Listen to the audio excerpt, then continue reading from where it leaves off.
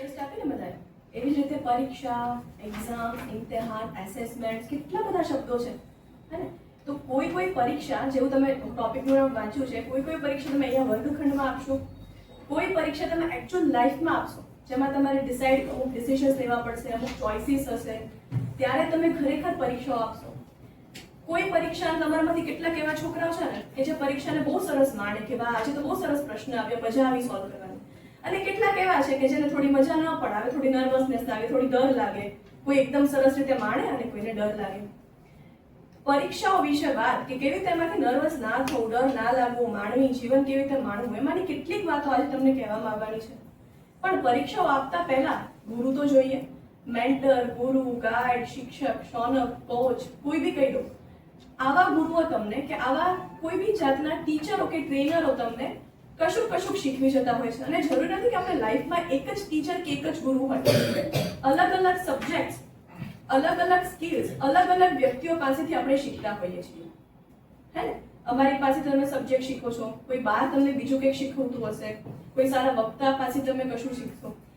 તો તમે આજે ઘરે જઈને તમારી જર્નલ કે ડાયરીમાં સરસ મજાના એનેક્ડોટ્સ લખી શકો, સરસ મજાની ટિપ્સ લખી શકો, સરસ મજાની વસ્તુ લખી શકો ને, અથવા તો જેમની પાસેથી કંઈક શીખી શકો અને જેમને તમે ફોલો પણ કરી શકો, એવા વક્તા અને વ્યક્તિ આપણી સાથે આજે ઉપસ્થિત છે. જેમની વાત કરું તો એણે સાહિત્ય અકાદમીનો એવોર્ડ જીતેલો છે. તેમણે ઘણા બધા વિજ્ઞાન વિશેના આર્ટિકલો, પુસ્તકો લખેલા છે અને એમનું નામ છે Lalitbhai Khambhaita. Lalitbhai, thank you so much for coming here and welcome. વિદ્યાર્થીઓ અને શિક્ષકો તરફથી હું તમારું અહીંયા સ્વાગત કરું છું. તમને જયમેશભાઈ અમારા મેથના ફેકલ્ટી જે બુકે આપીને સ્વાગત કરશે, please sir. Thank you very much. તો હવે હું લલિતભાઈને અહીંયા આમંત્રિત કરીશ કે તે લોકો તમારી સાથે કશી વાતો અહીંયા સરસ મજાની કરી શકે. તો નિસર્ગભાઈ અને ટીમ અને વિદ્યાર્થી મિત્રો, તમે લોકો એક્ઝામની જે આપો છો, આપવાના હશો, ભણતા હશો ત્યાં તમારા ક્લાસીસમાં, એને જ પરીક્ષા એવું નથી. એ સિવાય તમારી રોજ પરીક્ષા થવાની હોય, થશે. જ્યારે તમે ભણી લેશો તમને એવું લાગતું હોય કે આપણે ભણી લઈએ એટલે બધી ચિંતાઓ પૂરી થશે, પણ એવું નથી. પછી નવી ચિંતાઓ શરૂ થશે. કોઈ પણ પ્રકારની ચિંતાઓ ત્યાં સુધી રહેશે જ્યાં સુધી તમે ધરતી ઉપર છો. એ ચિંતાઓ કે મુશ્કેલીઓ છે એને કેમ મુશ્કેલી ન ગણી એ પણ આપણા હાથમાં છે. તમારી જેમ બે મિત્રો ભણી લીધું પછી એને એમ થયું કે આપણે નોકરીની શોધ કરીએ, એટલે એમણે નોકરી કરી બે જગ્યાએ. એક જગ્યાએ નોકરી કરી અમેરિકાની મોટી ટેકનોલોજી કંપનીમાં, અમેરિકાની વાત છે અને 2000ના દયકાની વાત છે. બીજા એક મિત્રએ નોકરી કરી એપલમાં. પછી નોકરી બદલવાની આવે તો કઈ જગ્યા હતી કે ભાઈ અહીંયા જગ્યા છે, એટલે લોકોએ એપ્લિકેશન કરી કે ભાઈ અમે પણ આના માટે લાયક છીએ, અમને ઇન્ટરવ્યુ લેવાની.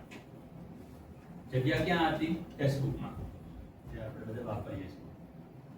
તો બંને મિત્રો હતા એટલે સાથે જ ઇન્ટરવ્યુ આપવા પણ ગયા. જગ્યા તો વધારે હતી એટલે, પણ બંને મિત્રોને કહેવામાં આવ્યું કે તમને આ નોકરી મળી શકે એમ નથી.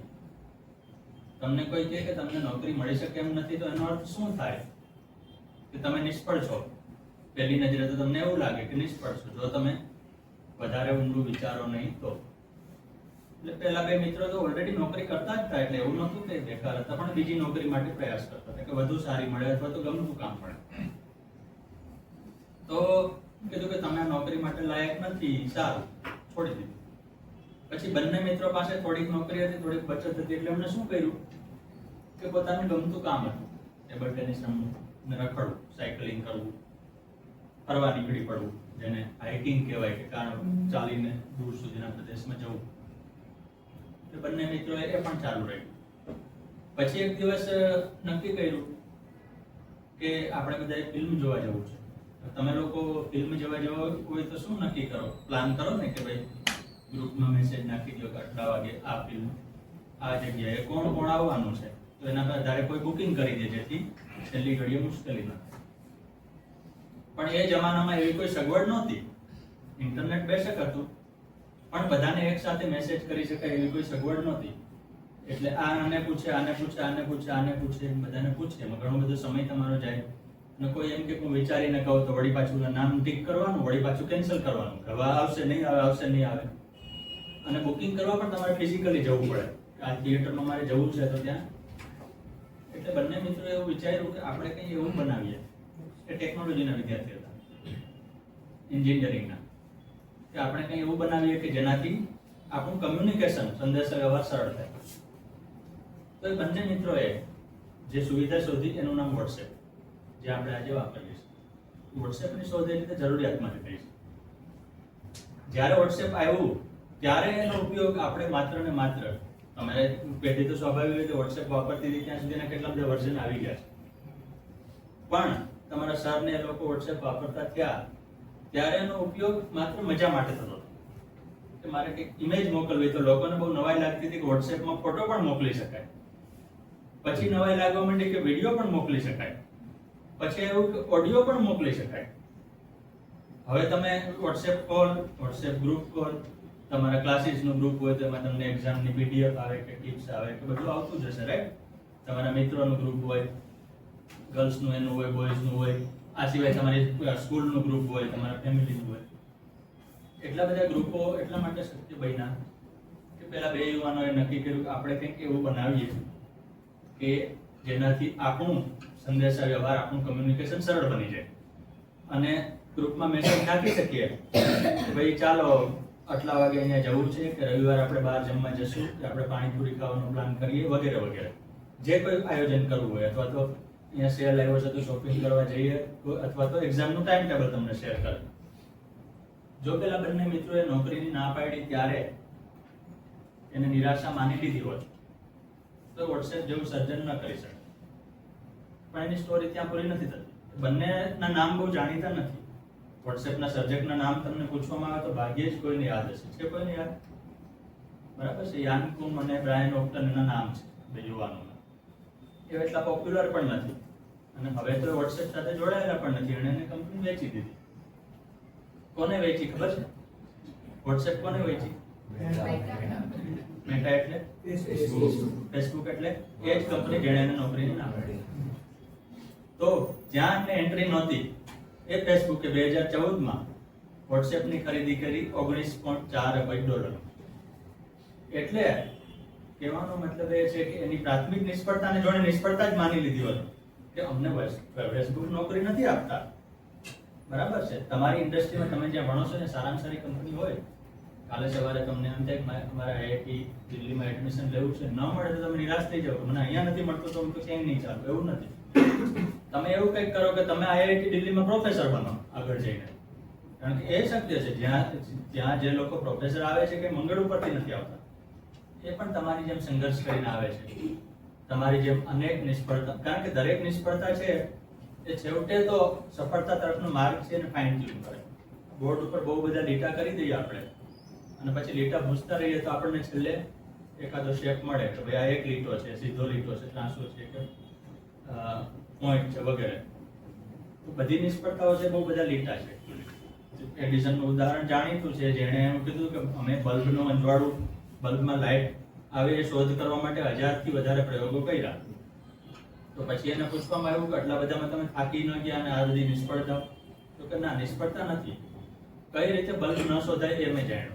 આ 1000 રસ્તેથી નહીં શોધાય, 1001મો રસ્તો છે, એનાથી આપણે બલ્બનું કામ કરી શકીશું. તો જ્યાં જ્યાં તમને એમ લાગે કે આ નિષ્ફળતા છે, કારણ કે અત્યારનો જમાનો બહુ તીવ્ર સ્પર્ધાનો છે અને દરેક જમાનો પોતપોતાની રીતે તીવ્ર સ્પર્ધાનો જ હોય. આપણને એવું લાગે કે પહેલા નિરાશ હતી, એવું નથી. જે લોકો એના જમાનામાં પૂછ્યું એ લોકોની થોડું ઘણી એની ચિંતા રહેતી જ હોય, પરીક્ષા પાસ કરવાની કે વગેરે વગેરે. પણ વાત એ છે કે માત્ર પરીક્ષા પાસ કરી દેવાથી કે માત્ર પરીક્ષા પાસ ન કરવાથી તમે સફળ કે નિષ્ફળ સાબિત નથી થતા.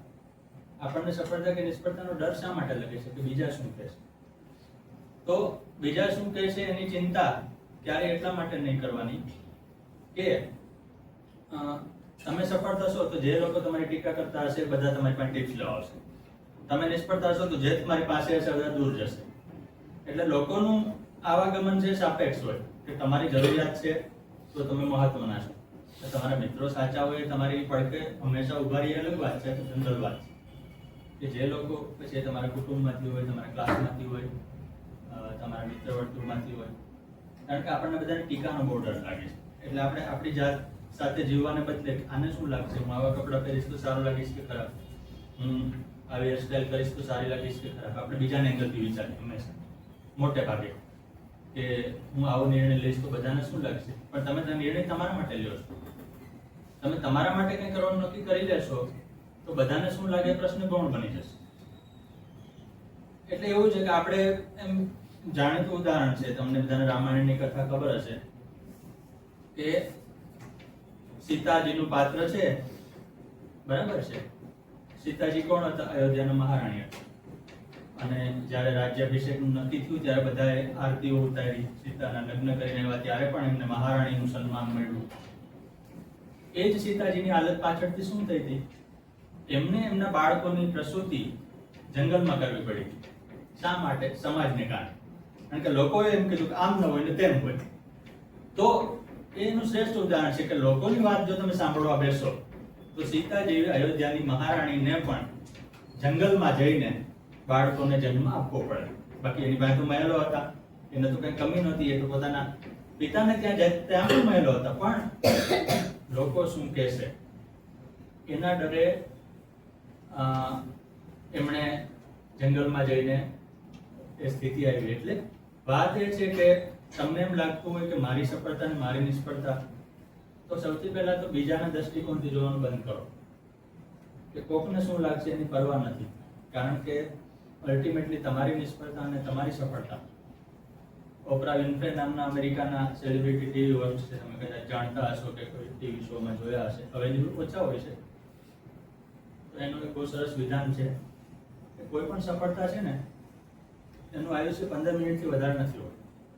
હમણાં ક્લાસમાં જાહેર કરવામાં આવે કે આ ભાઈ છે નંબર 1 છે, કે આ બેન નંબર 1 છે, 15 મિનિટ પછી તમને એનો નશો છે ધીમે ધીમે ઉતરવા માંડે.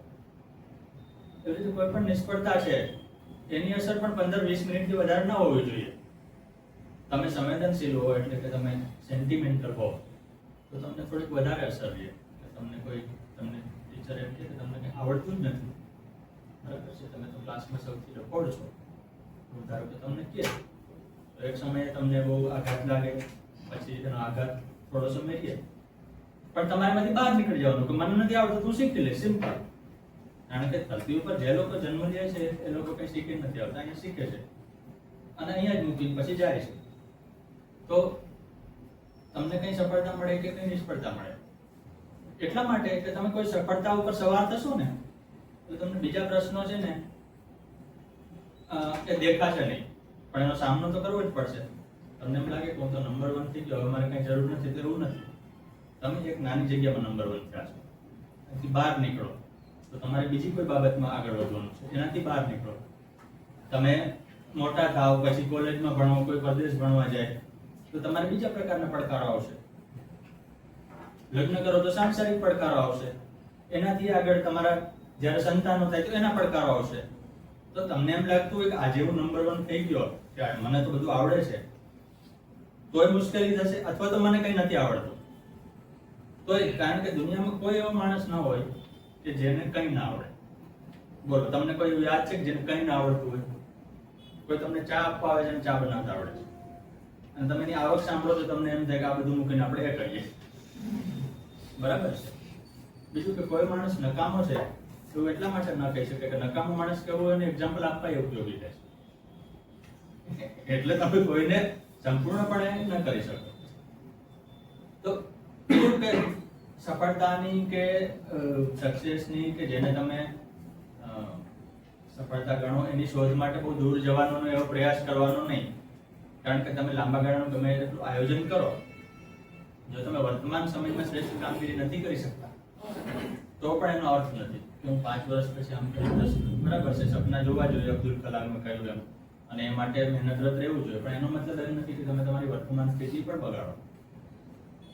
આઝાદી પછીના સમયની વાત છે, જ્યારે સૌરાષ્ટ્ર રાજ્ય, આજે ગુજરાત રાજ્ય છે પણ 1960માં બન્યું, તો સૌરાષ્ટ્ર રાજ્ય બન્યું પછી નવું રાજ્ય થાય જેમાં નવા ક્લાસીસ છે તો કેમ લાઇટ ફિટિંગ થાય, પંખા આવે, બોર્ડ આવે, એમ તમારે દરેક વિષયના નિષ્ણાતની જરૂર પડે ને.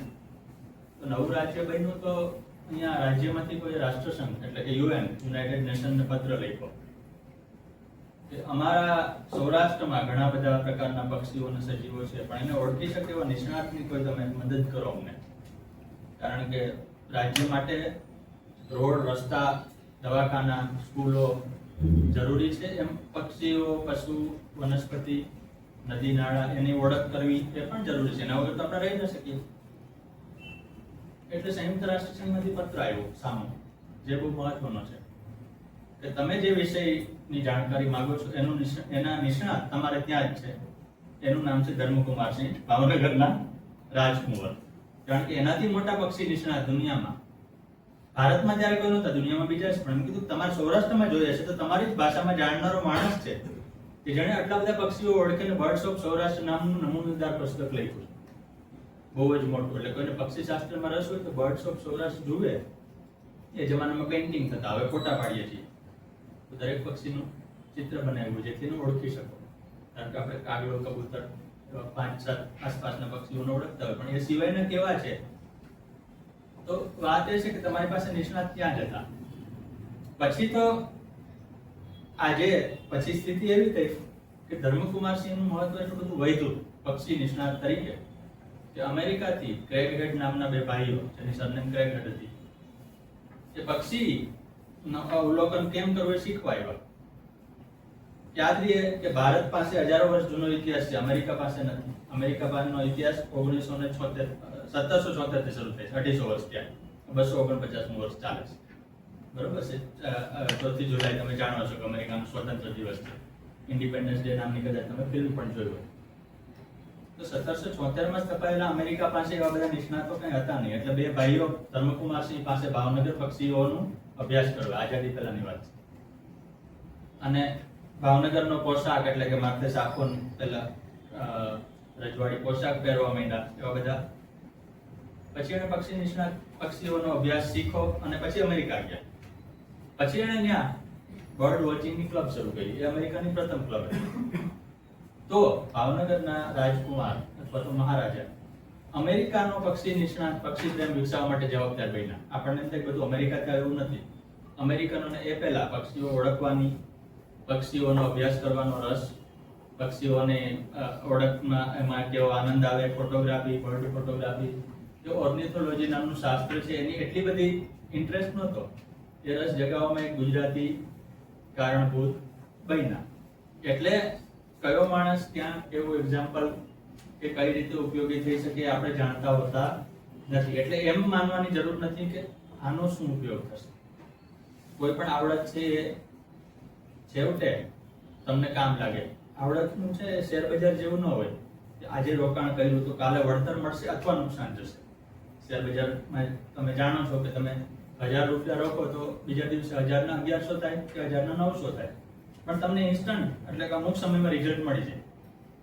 જ્યારે વાંચન અને કળાની, તમારી કોઈ પણ કળાનો વિકાસ છે એ તમને ક્યારે કામ લાગે ખબર નથી. એટલે હું ભણતો ત્યારે વાંચ્યું હોય તો આજે મને લખવામાં કામ લાગે. એટલે હું પુસ્તકો લખી શકું. હું ભણતો હતો ત્યારે મેં આવું વાંચ્યું. અથવા તો હું ક્યાંક જઈને કંઈક જોઉં છું તો મને યાદ રહે તો પછી હું લખવા ટાઈમે મને કામ લાગે. તમારામાંથી બોલિવૂડની ફિલ્મો જોવાનો કોને શોખ છે? હિન્દી ફિલ્મો જોવાનો કોનો શોખ છે? હિન્દી ફિલ્મો કોઈ નથી જોતા? આટલા બધા સજ્જન વિદ્યાર્થીઓ દુનિયામાં ક્યાંય નથી હોતા કે ફિલ્મ ન જોવે. તો એરોન વેલસ્ટન નામનો યુવાન હતો, છે હજુ. એને પહાડોમાં ફરવાનો શોખ હતો.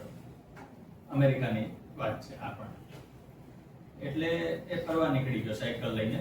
અને પછી સાયકલ એને મૂકી દીધી. અમેરિકામાં જે ઉટાહ રાજ્ય છે ત્યાં ગ્રાન્ડ કેનિયન નામની મોટી ખીણ છે. એટલે મોટા મોટા ખડકો અને એની વચ્ચે દિવાલ હોય, તિરાડ હોય, એમાં હાઇકિંગ કરવા નીકળી ગયો. અને સાયકલ પોતાને મૂકી દીધી અને નિયમિત રીતે જતો હતો.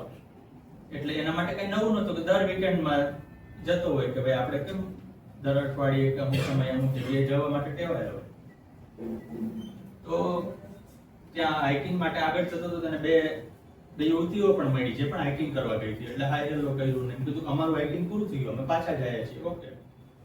પછી પથ્થર વચ્ચે આમ તિરાડ હતી. કોઈ કારણસર એમાં પડી. હવે ત્યાં નેટવર્કનો તો કઈ પ્રશ્ન નથી. બીજું આ વાત ત્યારની છે જ્યારે આટલા મોબાઈલ નહોતા. મોબાઈલ ફોન બેશક હતા પણ એટલું બધું બીજું કે મોબાઈલ ફોન હોય તો પણ બધે વિસ્તારમાં નેટવર્ક આવે એ જરૂરી નથી. આપણને એમ લાગતું હોય કે ગૂગલ ઉપર છે તો એવું નથી, અથવા તો બધું ઇન્ટરનેટને કારણે આસાન છે તો એવું બિલકુલ નથી. એટલે હવે ત્યાં નેટવર્ક આવતું નહોતું. વધુ મોટી સમસ્યા એ હતી કે એણે કોઈને કીધું નહોતું કે ક્યાં જાય છે. બરોબર છે, તમે ઘરેથી એમ કઈ નીકળો હું હમણાં આવું, પણ તમે હમણાં આવો એટલે ક્યાં જાઓ છો ઘરનામ ખબર ન હોય અને કોઈ ચિંતા ન હોય, કારણ કે તમે નિયમિત જતા હોય કે ભાઈ આ તો હમણાં આવશે અડધી કલાકમાં, કલાકમાં, 2 કલાકમાં, 4 કલાક. એટલે ભાઈ હમણાં આવું એમ કહીને હાઇકિંગ કરવા ગયો હતો. પછી એ પથ્થરને પડી ગયો. એટલે આમ તો નીચે જ પડ્યો, પણ સમસ્યા એ હતી કે ગોળ પથ્થર જે ફસાયેલો હતો એની માથે, એટલે એમાં હાથમાં ફસાઈ ગયો. જે પથ્થર એની માથે પડ્યો એનું વજન 360 કિલો હતું. 360 કિલોનો પથ્થર છે, આસાનીથી થશે નહીં. ઇવન આ બેન્ચ પણ તમારે એક હાથે ખસેડ્યું હોય તો થશે નહીં. બેન્ચ તમારાથી કરી જાય પણ બેન્ચ નીચે તમારો હાથ ફસાઈ જાય તો તમારે કોઈની મદદ જરૂર પડે. અને મદદ માટે તમારું શરીર મૂવ થઈ શકવું જોઈએ. બરાબર છે, અહીંયા બેન્ચમાં તમે ફસાવ તો તમે મૂવ થઈ શકો કારણ કે તમારી આસપાસ જગ્યા છે. જ્યારે પેલો ભાઈ ફસાણો ને ખીણ હતી, હું તમને એનો ફોટો બતાવું એટલે તમને એક્ઝેક્ટ ખ્યાલ આવે મારે તમને શું બતાવવું છે. આ એ ભાઈ છે, જુઓ દેખાય છે? કદાચ ત્યાંથી એક્ઝેક્ટ તમને નહીં દેખાય, પણ આ પથ્થર દેખાય છે ને, પથ્થર જેના હાથ ઉપર આ ફસાયેલો છે. હવે આટલું જ હોય તો તમે શું કરો? એની જગ્યાએ તમે હોય તમે શું કરો? તમારો હાથ પથ્થરમાં ફસાઈ ગયો છે અને એનું વજન 360 કિલો છે. તમારી આસપાસ કોઈ નથી, તમારી આસપાસ તમે હલી શકો એવી જગ્યા નથી. બરાબર છે, તમે કોઈ અને બીજું એક હાથ ફસાઈ ગયો એટલે તમારે જે કંઈ કરવાનું છે એક જ હાથે કરવાનું છે. એટલું તો નક્કી થઈ ગયું, કારણ કે આ હાથ તો હલતો નથી. હલે તો તમારી સમસ્યા ત્યાં દૂર થઈ જાય. તો તમે શું કરો?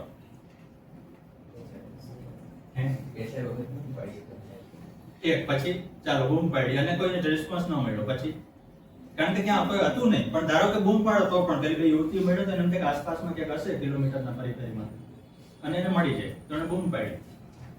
હવે બૂમ પાડ્યા પછી કોઈ આવતું નથી કલાક સુધી, તો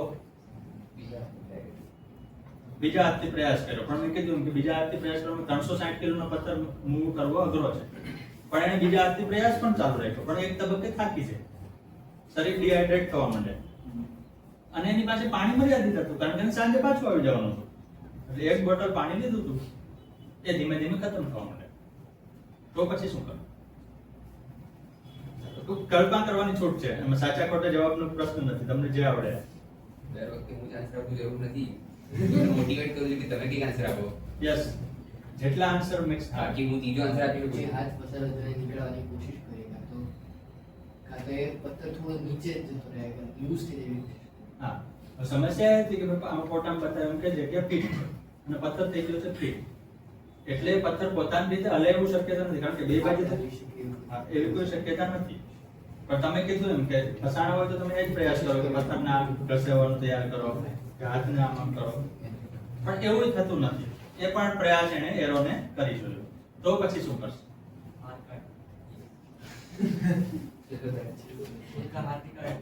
હા, તો એને પોતાનો હાથ કાઢ્યો, કારણ કે એની પાસે નીકળવા માટે બીજો કોઈ રસ્તો હતો નહીં. તમે લોકો નખ કાપતા હો અને જરાક ચામડી કપાય તો શું થાય? એવી ન થાય, રાઈટ? આપણને પીડા થાય અને ઘણીવાર પછી લાગે તો આપણે સોફ્રા મેચિંગ કે કંઈ ટ્યુબ લગાડવી પડે. વધારે લાગે તો આપણે ઈચ્છીએ કે આપણે અડી ન જાય, જ્યાં પણ હાથનો પગનો કોઈ પણ ન. એરોન પાસે હાથ કાપવા સિવાય કોઈ રસ્તો નહોતો, કારણ કે એની પાસે પાણી ખલાસ થઈ ગયું હતું, ખાવાનું તો કોઈ હતું જ નહીં.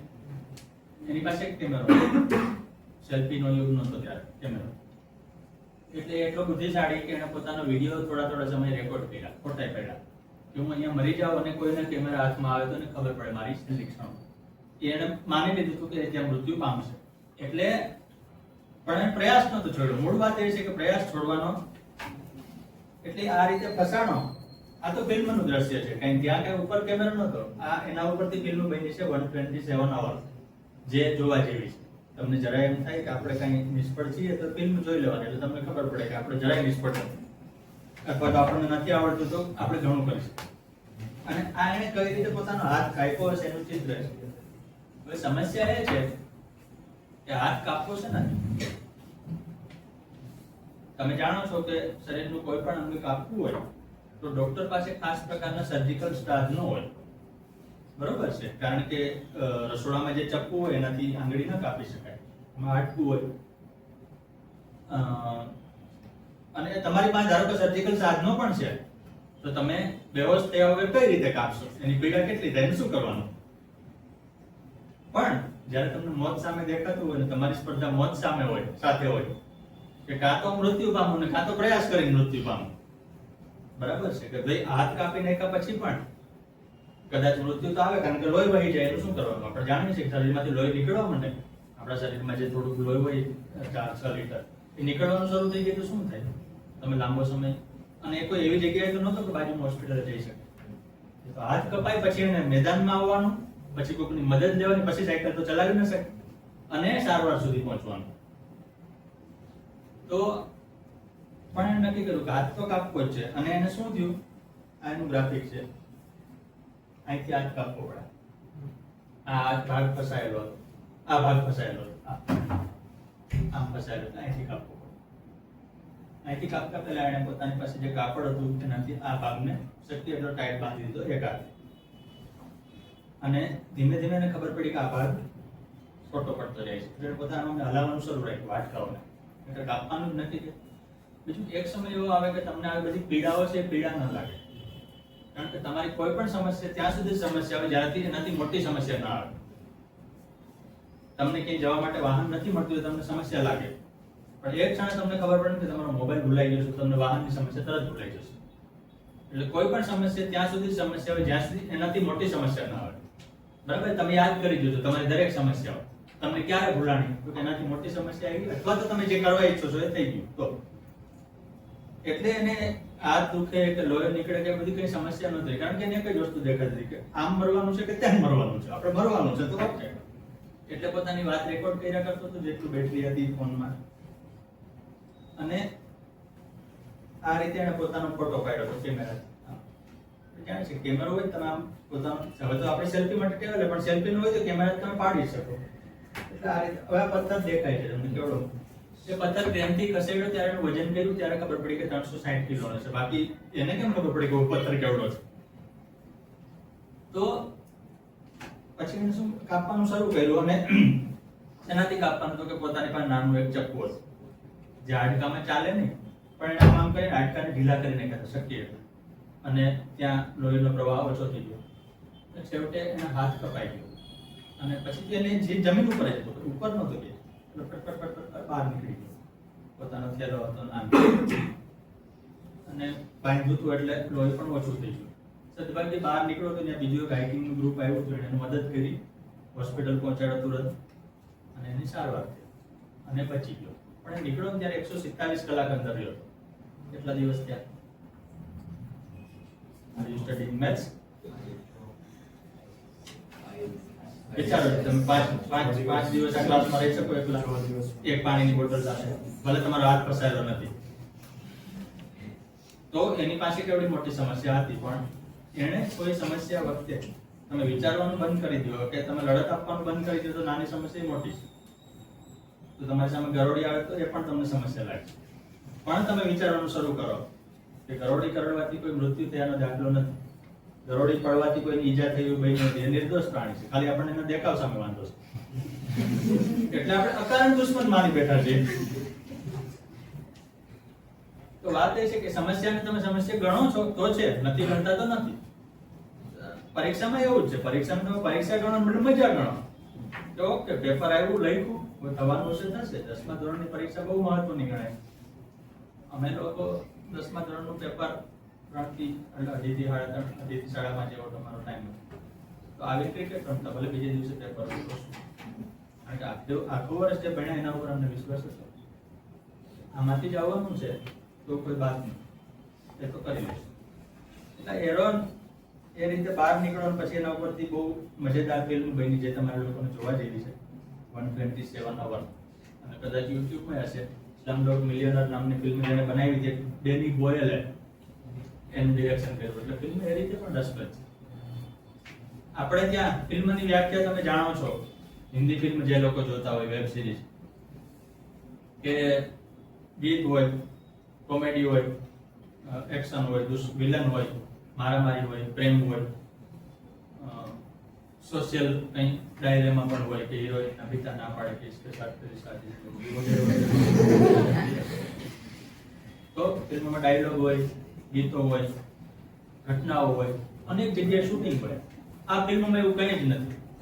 એક જ માણસ છે, કેટલું બોલે, કોની યાર બોલે, પોતે સ્વગત જે થોડું ઘણું બોલે છે આવે છે, શરૂઆતમાં થોડુંક આવે છે કે જાય છે, પૂરું થાય ત્યારે થોડુંક આવે છે. બાકી આખી ફિલ્મમાં ડાયલોગ એકદમ ઓછા છે. આખી ફિલ્મમાં કોઈ બીજું દ્રશ્ય જ નથી, કોઈ મોટું બિલ્ડિંગ નથી આવતું, કોઈ નદી નાળા નથી આવતા, કોઈ આઇટમ સોંગ નથી આવતું, કોઈ હિરોઈન નથી, કંઈ જ નથી. છતાંય ફિલ્મ તમને પૂરી થાય ત્યાં સુધી હલવા નહીં દે, કારણ કે એમાં જીવનનું સત્ય છે કે તમે સંઘર્ષ નહીં કરો કોઈ પણ સંજોગોમાં. અને સંઘર્ષ કરવો એટલે લડી લેવું છે એવી વૃત્તિ રાખવી કે આપણે કોઈ પણ સમયે લડી લઈશું, તો તમે ગમે તેમાંથી બહાર આવી શકો. એટલે વાત એ છે કે આપણને એમ લાગતું હોય કે આપણી મુશ્કેલી મોટી છે, તો તમે એરોનની મુશ્કેલી જુઓ. એવા દુનિયામાં કેટલાય લોકો છે. ઇલોન મસ્કને તમે લોકો જાણતા હશો, બરાબર છે? શેના માટે ઓળખાય છે?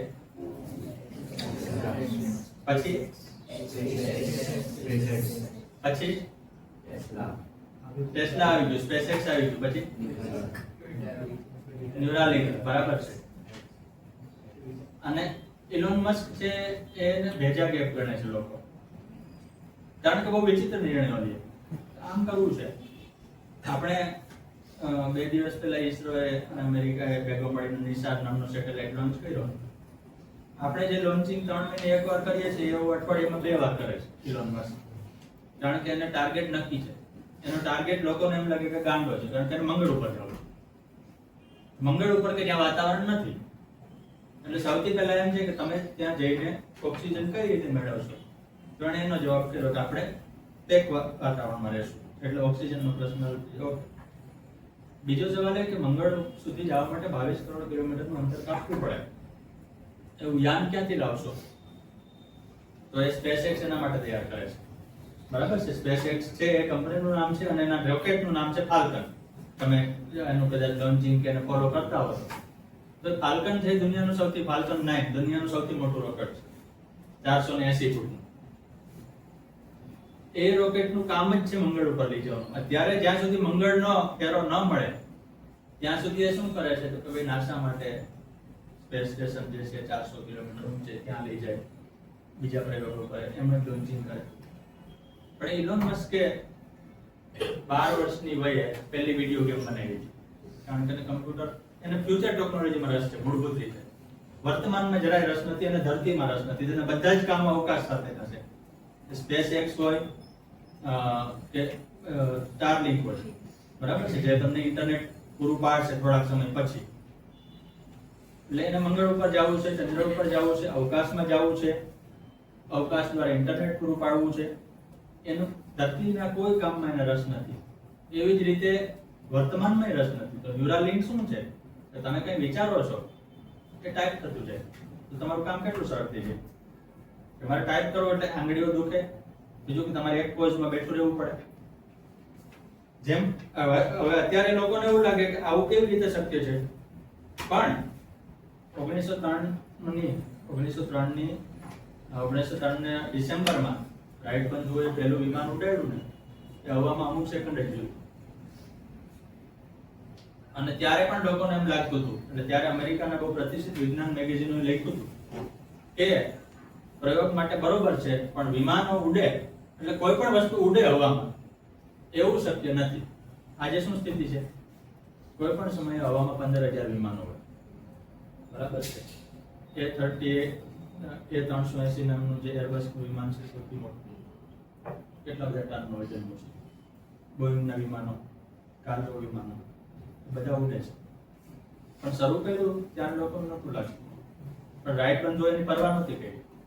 લોકોને શું લાગે એની પરવા નથી. અમને અમારા પ્રયાસ ઉપર, અમને અમારા સાયન્સ ઉપર, અમને અમારી ગણતરીઓ ઉપર ભરોસો છે કે આ વિમાન અમેરિકાના કિટી હોક નામનો દરિયા કિનારો છે, ત્યાં આટલી સેકન્ડ હવામાં આજે જ તો કાલે 1 મિનિટ રહેશે, પછી 1 કલાક રહેશે, અને હવે 15 કલાક રહેશે. જે સૌથી લાંબી નોન સ્ટોપ ફ્લાઇટો છે 15 કલાકની છે, બરાબર છે, 15 થી 18 કલાકની, ડિપેન્ડ ઓન ધરતીના કયા ભાગમાં ઉડે છે. તો શરૂ કરે ત્યારે આપણે શું છે કે સફળતાને બીજાના માપદંડથી જોવા ટેવાયેલા છે કે અરે આને તો આવું બહુ સરસ કર્યું, પણ એને શરૂ કર્યું ત્યારે એની હાલત કેવી હતી, તમે ત્યાંથી વિચારો.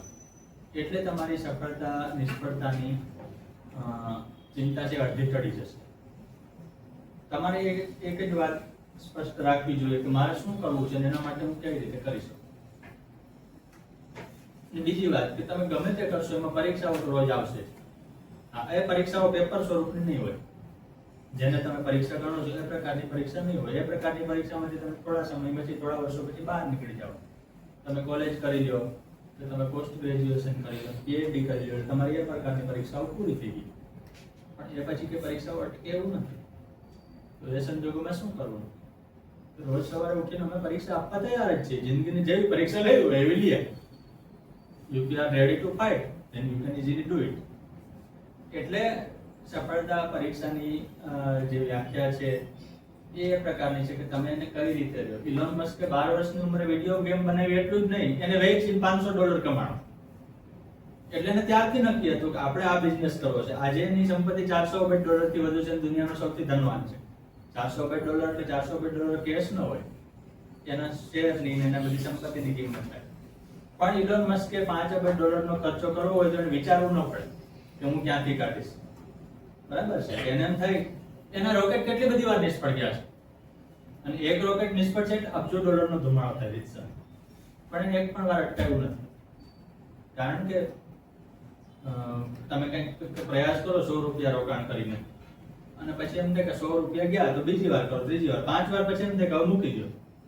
ઇલોન મસ્કે એવું નથી કર્યું. એક રોકેટ નિષ્ફળ જાય, $1 અબજ ખોટ જાય, ભલે ગઈ, બીજું, ત્રીજું, ચોથું, પાંચમું. એટલે સ્થિતિ એ છે કે આજે અવકાશ સ્પેસ એક્સપ્લોરેશન એટલે કે જેને અવકાશમાં જવાનું ખેડાણ કહે, એમાં દુનિયામાં ઘણી બધી કંપનીઓ છે, પણ સૌથી આગળ ઇલોન મસ્કની છે, સ્પેસ એક્સ. બાકી તો એમેઝોન વાળા જે બેઝોસે પણ બનાવી છે, બીજા લોકોની પણ છે, વર્જિન ઇલેક્ટ્રિક પણ છે, પણ એ બધી કંપનીઓ સ્પર્ધામાં ક્યાંય નથી. એ કરે કંઈ નાનું મોટું રોકેટ લોન્ચિંગ કરે, ખાનગી પ્રવાસીઓ છે, સફળતા કોને અને એકને મળી.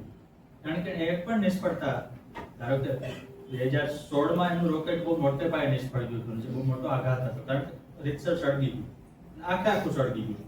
એવું થાય કે થોડોક પાર્ટ્સ સળગી જાય તો બીજો ભાગ કામ લાગે, તો આખું સળગે ફરીથી નવેસરથી કરવાનું. તો એને બધો જે ભંગાર હતો વીણીને મુકાયો, પણ બધો જોયો, આમાંથી આપણે નવસર્જન કરીશું. જેમ કચ્છનું ઉદાહરણ છે કે 2000ના ભૂકંપમાં બધું તૂટી પડ્યું, તો પછી કચ્છ નવું બન્યું અને આખી દુનિયાને ઓળખતી થઈ. એટલે નિષ્ફળતા છે એ તમારી, જો તમે નિષ્ફળતા ન ગણો તો સફળતાનું પ્રવેશ દ્વાર ખોલતો છે. અને પ્રવેશ દ્વાર ખોલતા પહેલા તમારી ટેસ્ટ લેવાય. ટેસ્ટ આપવા જે લોકો તૈયાર નથી એ પ્રવેશ દ્વારથી પાછા વળે. જેમને પરીક્ષા આપવી છે પ્રવેશ દ્વાર ખોલીને આવજે, ટેમ્પલ રન જેવું છે. તમને એમ થાય કે સામે દરવાજો બંધ છે તો તમે એમાંથી નીકળી શકવાના નથી. તમને એમ થાય કે દરવાજો ખુલ્લો છે, અથવા તો હું દરવાજો ખોલી લઈશ, અને બીજું કોઈ દરવાજો નથી તો હું દરવાજો કરીશ. બરાબર છે? કારણ કે તમે ધરતી ઉપર આવ્યા છો, તમે કંઈક કરવા માંગો છો, તો જરૂર નથી કે તમે કોકના બનાવેલા રસ્તે જ ચાલો. તમે પોતાનો રસ્તો બનાવો, તમને કોણ રોકે છે? એટલે એક કાંતિલાલ પંડ્યા નામના ગુજરાતી વિજ્ઞાન લેખક હતા, એડિસન પાસે ગયા. એકાગ્રતાનું શું મહત્વ છે, થોમસ આલ્વા એડિસન, જેની આપણે શરૂઆતમાં વાત કરી, કે એડિસન બહુ મોટા ઉદ્યોગપતિ હતા. એના ઇલેક્ટ્રિસિટીની કંપની સ્થાપી હતી. બરાબર છે? એડિસન નામ આજે પણ ચાલુ છે. અને અમેરિકામાં વીજળી આપવાની એને શરૂઆત કરી. આપણે અહીંયા લાઇટ અત્યારે સહેલી છે, પણ જ્યારે શરૂ થયું તો એડિસન ઉદ્યોગપતિ હતા, એટલે આર્થિક રીતે પછી સફળ હતા. તો કાંતિલાલ પંડ્યાને મળ્યા ત્યારે કીધું કે એડિસન સાંભળી નહોતા શકતા, બરાબર, બહુ ઊંચી અવાજે બોલવું પડે, તો લખીને દેવું પડે. તો કાંતિલાલ પંડ્યાએ એને કીધું કે તમે સાંભળી શકતા નથી, પણ હવે તો મેડિકલ સાયન્સ બહુ આગળ વધી ગયું છે. તમે શા માટે કાનનું ઓપરેશન નથી કરાવી લેતા? એડિસને બહુ જવાબ મહત્વનો આપ્યો કે હું સાંભળી નથી શકતો એટલે મારું કામ કરી શકું. મને દુનિયાનો ઘોંઘાટ સાંભળવામાં જરાય રસ નથી. મારે મારું કામ કરવું છે અને ઓછામાં ઓછું સાંભળું છું એટલે કામ મારું સારી રીતે થાય. આપણને બધાને લાગે છે આપણે સાંભળીએ છીએ શું એના કરતા આજે ધારો કે વોટ્સએપ કે સોશિયલ મીડિયા કે સ્ક્રીન ટાઈમ છે એ આજનો ઘોંઘાટ છે. તમે એમાંથી થોડોક સમય દૂર રહ્યો તો તમે તમારું કામ સારી રીતે કરી શકશો, પણ તમારે દૂર રહેવાનો પ્રયાસ કરવો પડે.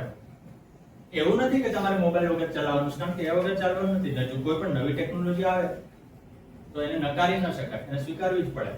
કારણ કે આવતીકાલની નોકરીઓ મોબાઈલમાં છે, આવતીકાલની નોકરીઓ મોબાઈલ એપ ડેવલપમેન્ટમાં છે, આવતીકાલની નોકરીઓ ટેકનોલોજીમાં છે. તો તમે એનાથી દૂર ન રહી શકો. પણ તમે એનો ઉપયોગ શું કરો છો? માત્ર રીલ જોવામાં કરો છો? ઓકે, કેટલી વાર કરો છો? તમને એમ થાય કે 15 મિનિટ રીલ જોઈ લીધી પછી અટકો, તો તમે બીજા કામમાં એકાગ્રતા, જે એડિશને કહ્યું હતું કે આ ઘોંઘાટથી મારે દૂર રહેવું છે.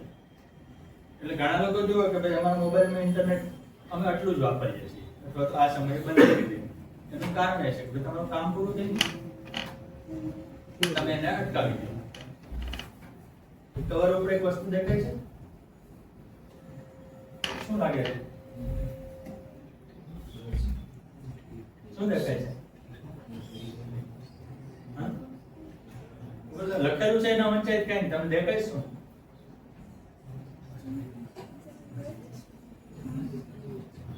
પરીક્ષા નથી, બોલો, મજાથી બોલો. મોટેથી બોલો. હા, જંગલ ઝાડ, બરોબર છે. પછી ઘર. ઇન્ડોનેશિયા નામનો દેશ છે અને જે તમે નકશામાં ભૂગોળ ભણ્યા હશો તો તમને યાદ હશે કે આપણે ભારતથી આ બાજુ આવે, બરાબર છે, એને ઈસ્ટ એશિયા કહેવાય છે. એના બહુ બધા જંગલો છે અને જંગલોમાં ઘણા બધા આદિવાસીઓ રહે છે. એમાંથી એક આદિવાસી પ્રજાતિનું નામ છે કોરોવાઈ. આ કોરોવાઈ પ્રજાતિના આદિવાસીનો હવામહેલ છે. હવામહેલ એટલા માટે કે જમીનથી 100 ફૂટ ઊંચો છે. હવે પહેલી નજરે તમને એમ લાગે કે કોઈ રિસોર્ટ જંગલમાં બનાવી છે જ્યાં એનું, અથવા તો કોઈ ટ્રી હાઉસ બનાવ્યું છે મજા માટે, પણ એવું નથી. આ મજા નથી, આ એમની લાઈફ છે. આ આદિવાસીઓ છે જે ઓછામાં ઓછા કપડાં પહેરે છે. કપડા આપણી સબ્જી સમાજની જરૂરિયાત છે. જંગલમાં એ લોકોને કપડાની કોઈ જરૂરિયાત નથી અને એને કોઈની પરવાય નથી. કોઈ એને શું કહે, કોઈ એમ કહે કે તમે સભ્ય નથી તો ઓકે, નહીં હોય, પણ અમારું જીવન આમ પૂરું થઈ જાય છે. અમે તમારી પાસે સર્ટિફિકેટ લેવા નથી જતા, બીજાના સર્ટિફિકેટની અમારે જરૂર નથી. હવે કોરોવાઈ પ્રજાતિનો મહેલ છે, જોવા જેવો છે. ઝૂંપડી છે પણ એને મહેલ એટલા માટે ગણાય કે જો આ 100 ફૂટ ઊંચું વૃક્ષ છે, આ જ છે. અહીંયા એને મકાન બનાવ્યું છે. એ મકાનની નીચે લાકડાની છત જેવું એક બીજું કર્યું છે. એટલે એક તો અહીંયા છે જ મકાનની તળિયું, પણ એ બીજું ધારો કે અહીંયાથી કઈ પડી ગયું તમારા હાથમાંથી, જેવી રીતે આપણે કન્સ્ટ્રક્શન સાઇટમાં પેલી જાળી બાંધી હોય ને કે ઉપરથી કઈ પડે અથવા માણસ પડે, એવી રીતે અહીંયા સેફ્ટી લેયર છે. જેમાં આપણે મોબાઈલને સ્ક્રીન ગાર્ડ રાખીએ છીએ, એમાં સ્ક્રીન ગાર્ડ છે. પછી આખું ઝાડ ઉપર છે ને મજબૂતી આપતા ટેકા વચ્ચે વચ્ચે ફિટ કરે. પહેલા તો એ લોકો સીધું ઊંચું ઝાડ પસંદ કરે, કારણ કે ત્યાં બધું એવું જ હોય છે. અને મજબૂત વેલા હોય એનાથી એ જોડી દે અને આખી સીડી બનાવે. એટલે કોરોવાઈ તમે યુટ્યુબમાં કરશો ને કે ટ્રી હાઉસ ઓફ કોરોવાઈ ટ્રાઇબ્સ, તો તમને એનો રસપ્રદ વિડીયો જોવા મળશે. અને અહીંયા આ લોકો બાંધકામ કરે છે, પણ તમને ફોટામાં ત્યાં દૂરથી નહીં દેખાય, કારણ કે એક તો બ્લેક એન્ડ વ્હાઇટ છે. મજબૂત કદાવર વૃક્ષ પસંદ કર્યું છે. હવે તમે જુઓ કે પહેલી નજરે સામાન્ય લાગતું ઘર છે અને એ લોકો આજે પણ 2025માં પણ આ જ રીતે મકાન બનાવીને ઉપર રહે છે. 180 ફૂટ ઊંચું ઝાડવું પસંદ કરે, ત્યાં રહે. તમે કોરોવાઈ આદિવાસીઓના ફોટા જોશો કે તમે ગૂગલમાં એનું સર્ચ કરશો તો તમને ખબર પડશે કે દુનિયામાં કેટલા બધા પ્રકારની વેરાયટીઓ છે. એમનો સંઘર્ષ અલગ છે. રોજ ઉપર ચડવાનું, આપણે ત્રીજા માળે કે બીજા માળે લિફ્ટનો ઉપયોગ કરવાનો પસંદ કરીએ છીએ. જ્યારે 100 માળનું વૃક્ષ છે અને એ સીડી એવી સલામત ન હોય. આપણે જે સીડી ચડીએ તો સલામત છે ને, તમે પડી જાવ તો નીચેના પગથિયાં આવો, ત્યાંથી પડો તો તમે નીચે આવશો. બીજું કે લોકો કપડા ઓછામાં ઓછા પહેરે છે, એટલે પડે તો પહેલા તમને પાંજરા લાગે, ડાળી ડાળખા લાગે, કાંટા લાગે. પણ એ બધા વચ્ચે એટલા માટે રહે છે કે એને સમસ્યા નથી ગણતા. કૃષ્ણા, હાજી. મને એમ પૂછવું છે કે તમારી લાઈફ જર્ની જે તમે સ્ટ્રગલ કર્યું હા. કઈ રીતે કર્યું? ઓકે, મારી સ્ટ્રગલ કઈ એવી બધી નથી, પણ સ્ટ્રગલની વ્યાખ્યા દરેકની પોતાની હોય. મારું વતન છે, નાનું એવું ગામ છે ગીરમાં, જ્યાં એક ન્યૂઝપેપર આવતું હતું. બેસી જવાનું.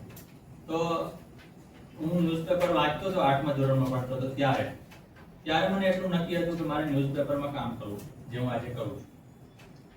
તો મને મારા જીવનના ગોલ વિશે કે મારા કામ વિશે સ્પષ્ટતા થવામાં 8મા ધોરણમાં ન્યૂઝપેપરનું રીડિંગ બહુ કામ લાગ્યું. પછી તો હું મારા ગામથી જુનાગઢ ભણવા આવ્યો, જે અમારું જિલ્લા મથક છે. પછી જુનાગઢથી વલ્લભ વિદ્યાનગર ભણ્યો, આપણે ચરોતરમાં છે. પછી રાજકોટ ભણ્યો.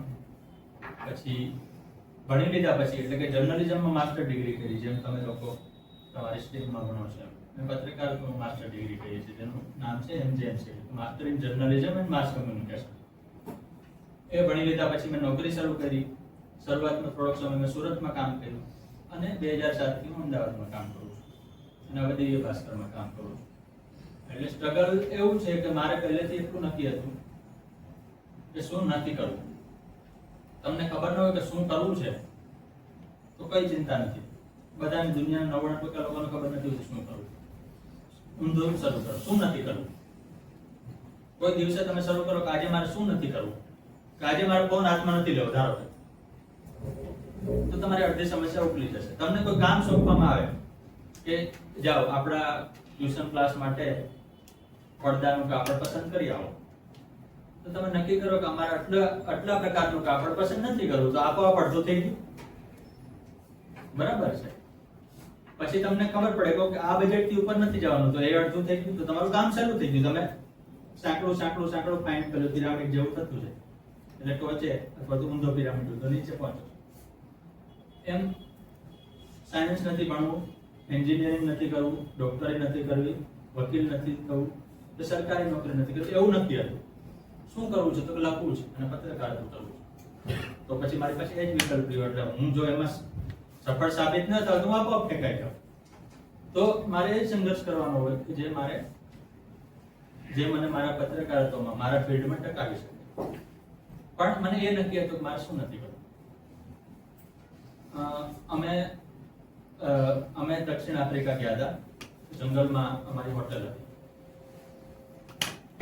પ્રોબ્લેમ એવો થયો કે અમે આખો દિવસ જંગલમાં ફર્યા, અમારા બધાના ફોનનું ચાર્જિંગ ઉતરી. 2017ની વાત છે. અને ત્યારે બધા જ ફોનમાં સી ચાર્જર નહોતું, એટલે બધાના અલગ અલગ ચાર્જિંગ હોય. ફોનનું ચાર્જિંગ ઉતરી ગયું બધાનું. ઓકે, ચાર્જિંગ ઉતરી જાય, એમાં નવાઈ નથી. તમારું ઉતરી, તમે પણ હમણાં ક્લાસ પૂરો થાય યુ કેન સ્ટાર્ટ ઇટ. સમસ્યા એ છે કે દક્ષિણ આફ્રિકાના પ્લગ છે આપણાથી જુદા છે. આવા પ્લગ નથી. બરોબર છે. આપણને એમ કે આવા જ પ્લગ આખી દુનિયામાં એવું નથી. બધા દરેક દેશના અલગ છે. જેમ ડાબી સાઈડ ડ્રાઇવિંગ હોય, જમણી સાઈડ. તો ચાર્જિંગ કરવું કેમ? જંગલમાં હતા. રિસોર્ટ અમારો જે હોટલ હતી એ જંગલમાં હતી. એટલે અમે રિસેપ્શનમાં પૂછ્યું. તો રિસેપ્શનમાં જે બેન હતા એણે કીધું કે અમારી પાસે ચાર્જિંગના 2-3 કન્વર્ટર છે, પણ તમારી જેવા બીજા પ્રવાસીઓ લઈ ગયા છે, જો એ આપશે તો અમે તમને આપશું. એ બેને જે નહોતું કીધું એ હતું કે તમે લોકો મૂર્ખ છો, કે તમે વાંચ્યા વગર આવ્યા. કારણ કે બ્રોશરમાં લખ્યું છે કે ચાર્જરનું કન્વર્ટર તમારે જોઈશે, તમે સાથે રાખો અથવા તો તમે. અને ત્યારે પાવર બેંકનો પણ એટલો બધો યુઝ નહોતો. એટલે બધા જ ને, અમે 12 જર્નલિસ્ટ હતા, બધા જ ને સમસ્યા થઈ કે ચાર્જિંગ કોકને 10% હતું, કોકને 20% હતું, પણ ઉતરવાનું તો હતું જ. હવે ઘરે તો વાત કરવી પડે ને, તમે પરદેશમાં છો તો. બીજું કે જંગલમાં બીજા દિવસ અડધો દિવસ કાઢવાનો હતો. પછી તમે ક્યાંક જાઓ અને ત્યાં પણ આવો પ્લગ નહીં હોય, એની શું કાઢે? કારણ કે જે મોટા શહેરો છે એમાં પ્લગ ને કન્વર્ટર બધું હતા, એમાં નવા પ્લગ હતા. પણ જેમ કે આવું જ હોય તમારી પાસે પ્લગ એક જ પ્રકારના, અને તમારે કોઈ પિન ફિટ કરવાની જેમ ના આવે તો શું કરો? તો અમારી સામે સમસ્યા આવી જે અણધારી હતી. હવે એ સમયે 2 રસ્તા હતા. એક તો ફોન પડતા મૂકી દેવા. તો ફોન ત્યારે આજના જેટલો ડેટા નહોતો, એટલે તમે ફોન ચાલુ થાય તો યુટ્યુબ જુઓ કે તમે મેલ ચેક કરો કે તમે એવું કંઈ શક્ય નહોતું. ફોન એટલા માટે ચાલુ રાખવો છે તમારે ઘરે કમ્યુનિકેટ કરવાનું છે કે તમે અહીંયા પહોંચ્યા અને તમને ફોન આવે પણ ખરા. તો ફોન ચાલુ કરવા એટલે બે રસ્તા તો ફોન ચાલુ કરવા તો પ્રયાસ પડતો મૂકી દો. ચાલુ કેમ કરવાનો ચાર્જિંગ વગર? બસ આખી રિસોર્ટમાં તમે કીધું. પછી અમે રૂમનો ખૂણે જોયો તો સોનીના ટીવીની પાછળ યુએસબી ની પિન હતી. એટલે અમને રસ્તો મળ્યો કે યુએસ આપણે જાણીએ છીએ કે યુએસબી ની પિનમાં આપણે ચાર્જરનો પેલો ડટ્ટો કાઢી નાખીએ તો થાય. તો અમે એ રીતે રસ્તો કર્યો અને યુરેકા જેવી ક્ષણ અમને લાગી કે અમે કંઈક શોધી કાઢ્યું. કારણ કે મુશ્કેલી હતી અને પછી બધાનો ઉકેલ મળી ગયો. એટલે રૂમના દરેકે રૂમે જઈને દરવાજે જઈને કીધું કે તમારા રૂમમાં ટીવી છે એને કરવો. પેલું ટીવી હતું મૂવેબલ, એની પાછળ યુએસબી છે, ટીવી ચાલુ કરો એટલે તમારે ફોન. અને બધા થોડી વાર પહેલા સુધી બધા જ 500 ની જૂની નોટ જેવા હાલતમાં હતા કે હવે નકામા, કે બધા જ ફોન થોડી વારમાં ઉપયોગી થઈ ગયા. એટલે સમસ્યાને કઈ રીતે લેવી એના ઉપર છે. બીજા કોઈનો સવાલ?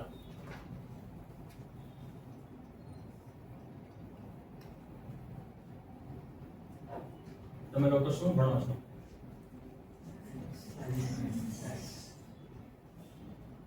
અને તો તમને લોકોને તમે સવાલ નથી પૂછતા તો હું પૂછી લઉં એમ કે તમને લોકોને એમ લાગે છે કે આર્ટિફિશિયલ ઇન્ટેલિજન્સ થી તમારી કારકિર્દીને અસર થશે? કેટલાને એવું લાગે છે કે આર્ટિફિશિયલ ઇન્ટેલિજન્સ છે એનાથી મને ભવિષ્યમાં નોકરી મેળવવામાં મુશ્કેલી થશે અથવા તો કામ કરવામાં મુશ્કેલી થશે? કેમ એવું લાગે છે? આર્ટિફિશિયલ ઇન્ટેલિજન્સ હવે એટલું આગળ જાય છે કે અમને રિપ્લેસ કરે છે. અમે જે કામ આપણે કરી શકતા હતા હવે અમારી જગ્યાએ આર્ટિફિશિયલ ઇન્ટેલિજન્સ કરે છે. અમારી થોડી જે વેલ્યુ હતી પહેલા એ થોડી ઓછી થાય છે.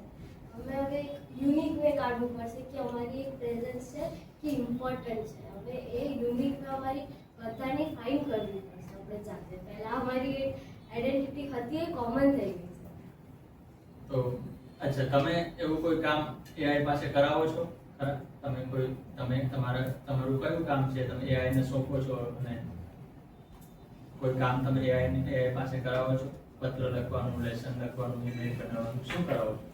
ફોર એક્ઝામ્પલ હવે મને સ્પીચ લખવાની છે. હવે હું એઆઈ યુઝ કરી ડાયરેક્ટલી કે મને હું સ્પીચ લખું છું, મને જવાનું છે ત્યાં પ્રોગ્રામ માટે, મને સ્પીચ બોલવાની છે. હું મહેનત નહીં કરું, ડાયરેક્ટ એઆઈને બોલી દઈશ કે ચલો સ્પીચ એમાં કહી દઈશ તો ડાયરેક્ટલી મને સ્પીચ મળી જશે. Doubt solving ChatGPT. તો હા, તો સવાલને હું ફરીથી હવે બીજી રીતે તો બેસી જાઉં કે એઆઈ એટલે ટેકનોલોજી. એમ રાઈટ? બરોબર છે. ટેકનોલોજી તમારી દુશ્મન નથી. તમારી દુશ્મન તમારી આળસ છે. જે તમે વાતમાં બે શબ્દો કીધા કે તમે યુનિક નથી તો તમારું કઈ કામ નથી. બીજું તમારે મહેનત નથી કરવી. ધારો કે હું ChatGPT વાપરતો જ નથી, ગૂગલ જેમિની વાપરતો જ નથી, મને કોઈ વાતનો સરળતાથી ત્યાં જવાબ મળી જાય. કારણ કે સરળતા છે ને મારી સંઘર્ષ માટેની વૃત્તિ છે, ઇન્સ્ટિંક્ટ એ ખતમ કરી નાખશે. તો મારે કંઈ શોધવું છે તો લાઇબ્રેરી માણસ એટલે કે જેને જાણકારી છે, મારે ભૌતિક શાસ્ત્ર કે ભૌતિક વિજ્ઞાનનો કોઈ પ્રશ્ન સમજવો હોય ફિઝિક્સનો તો હું કોઈ જાણકારને પૂછું. કારણ કે મને એ સાયન્સ ખબર નથી, મને સૂત્રો ખબર નથી આઈન્સ્ટાઈનના, પણ મને એટલી ખબર છે કે આ કંઈક મહત્વનું છે. મને અંગ્રેજી નથી આવડતું, ChatGPT તો એમાં જવાબ આપવાનું છે મોટે ભાગે તો, અને ગુજરાતી આપશે તો બહુ ખરાબ ગુજરાતી હશે.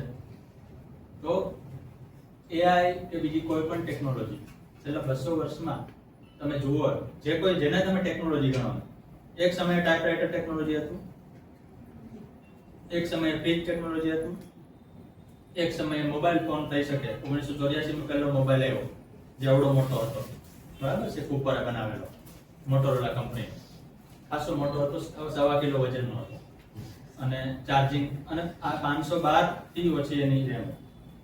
બરાબર, આજે તો આપણે 8 GB થી નીચે કંઈ ચાલતું નથી. તો એ આવ્યો, એનાથી કોને નુકસાન થયું? તમે ફોન કે વોટ્સએપ કે ટેકનોલોજી વાપરો છો, તમારું કામ સરળ થાય છે કે અઘરું થાય છે? ટેકનોલોજી બાય એન્ડ લાર્જ બધાનું કામ સરળ કર્યું છે. ઉદાહરણ, તમારી પાસે 10 વર્ષ પહેલા અથવા તો 5 વર્ષ પહેલા તમારા પેરેન્ટ્સને ક્યાંક જવું છે, એને ઓલા ઉબેર કરવી નથી, બરોબર છે? ઓલા ઉબેર હતી ને, રેપિડો હતું ને, તમે શું કરતા? રિક્ષાવાળાને કહેતા ટેક્સી વાળાને કહી રાખ્યું કે ભાઈ અમારે સવારે વહેલું મહેસાણા જવાનું છે, કે આવે મોડો આવે ત્યાં સુધી તમારો જીવ ઊંચો જાય. અને એમ કે વાહ કોણે ઉભા રહેજો તો તમારે ત્યાં જવું પડે. ઓલા ઉબેરે કામ સરળ કરી દીધું કે તમે કસ્ટમર છો, એ સેલ્સ પ્રોવાઈડર, એ સર્વિસ પ્રોવાઈડર છે, એ તમારી પાસે આવે છે, તમે એની પાસે જાઓ છો, તમે એને પૈસા આપો છો, તમે તમારે નિશ્ચિત જગ્યાએ પહોંચી શકો છો. All possible to technology. વાત એ છે કે ટેકનોલોજી કરતા પણ આપણને નવી વાતનો ડર છે કે આ નવું છે. એ નવું છે નથી, એમાંથી તમે શું ઉપયોગ કરો તમારા ભલા માટે કરો. નથી કરી શકતા તો તમારી પોતાની જે સ્કિલ છે એને તો તમે સુધારી જ શકો છો. તમે એઆઈ ની ધારો કે સ્પીચ માટે તો બહુ કોમન વાત થઈ કે સ્પીચ કે નિબંધ લખો કે કવિતા લખવી, ઇમેજ બનાવવી, પણ જરા શાંતિથી વિચારો કે આ બધું છે એ કેરિયરને રિપ્લેસ કરી શકે. સ્પીચ લખવાની તો કોઈ કેરિયર હોતી નથી, બરોબર છે, હોય તો એટલી બધી હોતી નથી. એન્જિનિયરે તો એન્જિનિયરિંગ કરવું જ પડશે. આ એઆઈ તમને મદદ કરે કે મારે આખી ચોપડી વાંચવામાં 5 કલાક જાય છે, એના બદલે એઆઈ મને ચોપડીનો સાર છે, બુકનો સાર છે એ 5 પાનામાં કરી આપે તો મને ખબર પડે કે 18મું પ્રકરણ છે મારા કામ. એટલે એઆઈ નો ડર છે એ રીતે આ કારણ છે, કારણ કે કોઈ ટેકનોલોજીનો ઇતિહાસ તમે જુઓ, જેને તમે ટેકનોલોજી ગણો છો, ઇન્ટરનેટ, ઈમેલ, વોઇસ કમાન્ડ, હવે ચેટ આવ્યું એ છે, એની પહેલા જે આવ્યું હતું, બધાને કારણે કામ સરળ થયું છે. થોડીક વાર પડતા એ લોકો બેકાર થાય છે કે જેને કઈ નવું નથી જોયું. તો એ તો ટેકનોલોજી વગર નકામા હતા. ધારો કે તમારે નિબંધ લખવા માટે મહેનત નથી જ કરવી, તમારી પાસે ચેટ જીપીટી નથી તો તમારી પાસે શું હતું? મિત્રો હતા, તમે એની પાસે લખાવતા, બરાબર છે. તો ત્યારે તમે મહેનત નતા કરતા, you are useless at that time, you are useless. અને આવતીકાલે કંઈક બીજું આવશે તો પણ તમે, જો તમારે મહેનત નથી જ કરવાની તો તમે એક સમાન સ્થિતિમાં છો. તો તમારો દુશ્મન પેલા ટેકનોલોજી નથી, તમારી દુશ્મન તમારી આળસ છે. એટલે આપણે એને શું કરીએ કે આપણી આળસ માટે કોને જવાબદાર ઠેરવવો? તો કે અત્યારે ચેટ જીપીટી. 5 વર્ષ પછી કંઈક બીજું આવશે તો એને જવાબદાર કરી. પણ એનાથી લાંબે ગાળે કઈ ફરક પડે એવું નથી. જે લોકોનું કામ કરવું છે કોઈ પણ સંજોગોમાં કરે જ છે, કારણ કે આપણે માણસો 10,000 વર્ષથી કરતા જ આવ્યા છીએ. હાજી, છે કોઈનો કોઈ સવાલ? જી. એક્ઝામમાં બધું આવડતું હોય, આપણે ઘરેથી બધું કરી ગયા હોય, પણ એક્ઝામ ટાઈમે તો પણ બધું ભૂલી જઈએ અને તો એમાં શું કરવાનું? એવી પરીક્ષા તો મેં 20 વર્ષથી આપી નથી, કે કારણ કે ભણી લીધું એને એટલા વર્ષ થઈ ગયા. પણ સરળ રસ્તો અમે ત્યારે એ કરતા કે પેપર લખવું પડે. જો એક્ઝામને અવગણવાની વાત નથી, એ તો આપવાની જ છે. 100 માર્કનું પેપર પૂરું કરવાનું છે 3 કલાકમાં, બરાબર? જેટલા માર્કનું હોય, 100 નાની ટેસ્ટ હોય, 20 માર્કનું હોય, 50 હોય, જે કરવાનું છે ને એની તમે એ જ રીતે તૈયારી શરૂ કરી દો. એટલે કે એક્ઝેક્ટ પ્રેક્ટિસ, બરાબર છે. કોઈ કાર્યક્રમ પહેલા તમે રિહર્સલ કરો, નવરાત્રી પહેલા તમે દાંડિયાનું ગ્રુપ બનાવીને રિહર્સલ કરો કે આપણે આ સ્ટેપ લેશું. શા માટે કરો છો? કારણ કે તમે જ્યારે સમય આવે ત્યારે પરફેક્ટ રીતે, અથવા તો તમને સંતોષ થાય, મજા આવે રીતે દાંડિયા કરી શકો. પરીક્ષામાં એવા જ છે, તમારે પેપર લખવાનું છે 3 કલાકમાં, તમે લખવાનું શરૂ કરો, બરાબર છે. અને 5-6 વાર લખવા. અમે તો એ જ કરતા કે પેપર જે કરવાનું છે એક્ઝેક્ટ અહીંયા કરો. મારે ક્યાંય જગ્યાએ જઈને બોલવાનું છે તો હું ઘરે બોલીને પ્રેક્ટિસ કરું. જો મને લાગે કે મને બોલતા નથી આવડતું, મને એમ લાગે કે મારે લખતા નથી આવડતું, હું લખીને પ્રેક્ટિસ કરું. મને ખબર હોવી જોઈએ કે ભાઈ આ 15 માર્કનો પ્રશ્ન છે એ કેટલામાં, એ તો તમે જાણતા જ હો. તમારા ટીચરે તમને કહ્યું હોય, બીજી તમે ઘણી પરીક્ષા હોય તો તમે જાણતા હો. તમારી પાસે જવાબ આપવાના આટલા પાના છે, આટલો સમય છે, કયા જવાબને કેટલું આપવું. પણ વાંચીને યાદ નહીં રહે દર વખતે, બરાબર છે. જોઈને લખીને બધું યાદ રહેશે. હું તમને વર્ણન કરું આ ઘરનું, અને પછી હું તમને બતાવું, તમને યાદ રહેશે. હવે તમે કોરોવાઈ જોશો તમને આ બુકનું કવર કદાચ દેખાશે, પણ હું વર્ણન કર્યા કરું કે ઇન્ડોનેશિયામાં એક આદિવાસી છે, આમ રહેતા હતા. તો વાત એ છે કે આપણું મગજનું પ્રોગ્રામિંગ એ રીતે થયેલું છે કે તમને કંઈ દેખાડવામાં આવે, એટલે કે વિઝ્યુઅલ ફોર્મેટ. એટલે જ આપણને રીલ વધુ ગમે છે કે શોર્ટ્સ વધુ ગમે છે, કારણ કે આપણને દેખાડે છે. સાચું દેખાડે, ખોટું દેખાડે, હાનિકાર એ પછીની વાત છે, પણ એ દેખાડે છે એટલે તમને એટ્રેક્ટ કરીએ, બરાબર છે. વાત એ છે કે તમે એમાં ઇન્વોલ્વ થાવ, વાંચવાને બદલે, માત્ર વાંચવાને બદલે. વાંચો, પહેલો તબક્કો વાંચવાનો છે, અથવા તો આખો વર્ષ તમે ભણ્યા છો એટલે બાયંદાર તમે વાંચ્યું જ છે. પરીક્ષા નજીક આવે ત્યારે તમે પેપર લખો, એટલીસ્ટ 2 વાર લખો. અમે એવું કરતા કે જે પેપર આવવાનું છે એવું પેપર અમારી પોતાની રીતે તૈયાર કરતા. ત્યારે આવા ક્લાસીસ નહોતા અને ત્યારે આટલા બધા પ્રકારની સ્ટ્રીમ્સ પણ નહોતી. અત્યારે ક્લાસીસ એટલા માટે પણ જરૂરી બન્યા છે કે જે તમને શાળામાં નથી ભણાવાતું, બરાબર છે, કે તમારે એરોનોટિકલ એન્જિનિયરિંગમાં જવું છે તો તમે ક્યાં જશો? તમારે ફરજિયાત કોઈ ક્લાસીસ જ પકડવો પડશે, કારણ કે શાળા કોલેજમાં નથી. Fine, go there. પણ જે પેપર આપવાનું છે એનો નમૂનો તમે પોતે બનાવો. તમને ખબર છે પેપર કેવું આવે છે? અમારે સમયમાં તો ઇન્ટરનેટ નહોતું, એટલે સેટ ઓફ એક્ઝામ્પલ પેપર કે જેને નમૂનાના પેપર કહેવાય એવું કંઈ હતું જ નહીં. એવું તો મને બહુ વર્ષો પછી ખબર પડી કે આપણે જે પેપર આપવાનું છે એવું એનો નમૂનો પણ મળે અને જે તમે લખીને તૈયારી કરી શકો. અમે અમારી રીતે બનાવતા કે વિજ્ઞાનનું પેપર છે કે સમાજ વિજ્ઞાનનું છે, ગુજરાતી, કે ભાઈ એક કવિતા પૂછાય એના વિશે લખવાનું, અને ઘરે નવરાશના સમયે લેખા કરતા. તો એનાથી શું થાય કે એમ લાગે કે ખાલી પહેલા હોય કે 4મી ઓગસ્ટે 3 થી 6 પરીક્ષા છે, એવું નહીં. હું જ્યારે આપું છું ત્યારે પરીક્ષા છે. ભાઈ 4મી ઓગસ્ટે પરીક્ષા આવે તો મને નવાઈ ન લાગે, મને ડર ન લાગે, મને ભૂલવાની ચિંતા પણ ન થાય. એટલે એવું કરી શકાય. બે એક વાત સમજ. પહેલું સાહેબે જેમ સ્કિલ ક્યારે કામ આવશે એ નક્કી નથી. કોઈ પણ પ્રોસેસ તમે જે એક્ઝામિનેશનની પ્રિપરેશન કરી રહ્યા છો એ પ્રિપરેશન માટે તમને અત્યારે જે હાર્ડવર્ક, ડિસિપ્લિન, કન્સિસ્ટન્સી, આ તમારો સક્સેસફુલ થવાની એક પ્રોસેસ છે. જરૂરી નથી તમે એકેડેમિક લાઈફમાં જ સક્સેસફુલ થાઓ, પણ આ જ પ્રોસેસ તમને બીજે ક્યાંક પણ કામ લાગી શકે છે. બીજું, 4th ઓગસ્ટે એક્ઝામ હોય ત્યારે જ એક્ઝામ છે ને ત્યારે જ પ્રિપરેશન કરી લેશું અથવા એ જ આપણી ફાઇનલ એક્ઝામ છે એવું જરૂરી નથી. એની પહેલા ઘણી બધી એક્ઝામ આપવી પડે, જેમ આપણે મોક ટેસ્ટ ને બધું કન્ડક્ટ કરીએ છીએ. સવારે જ એક એક્ઝામ્પલ મારા ધ્યાનમાં આવ્યું.